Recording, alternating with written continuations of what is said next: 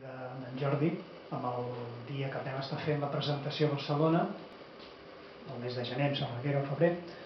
i llavors ell va exposar la idea de que podria ser interessant que es fes una presentació aquí a Perpinyà dels 2 o dels 3 llibres i que s'hi podia comptar amb nosaltres. Evidentment em va semblar una idea fantàstica i de seguida li vaig donar la meva col·laboració, fos el dia que fos, perquè és una mica complicat de vegades venir fins aquí quan estàs treballant tot el dia i et desplaces 200 i pico quilòmetres, però bé, hem fet els sacrificis que calguin i aquí estic.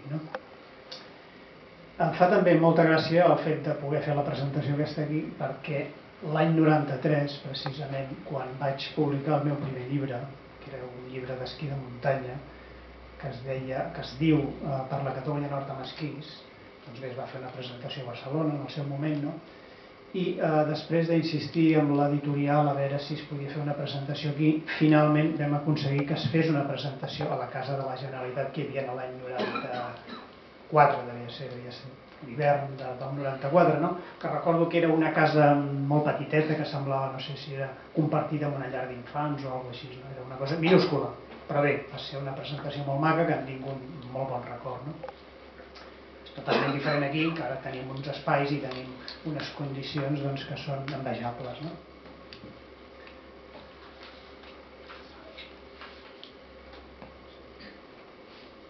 De fet, parlant ja del llibre en concret, el llibre de bicicleta,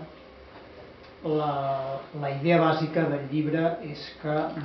fos una eina que pogués ser útil i pogués ser pràctica perquè la gent que es dedica a la bicicleta de muntanya pugui descobrir els racons més representatius i, diguem-ne,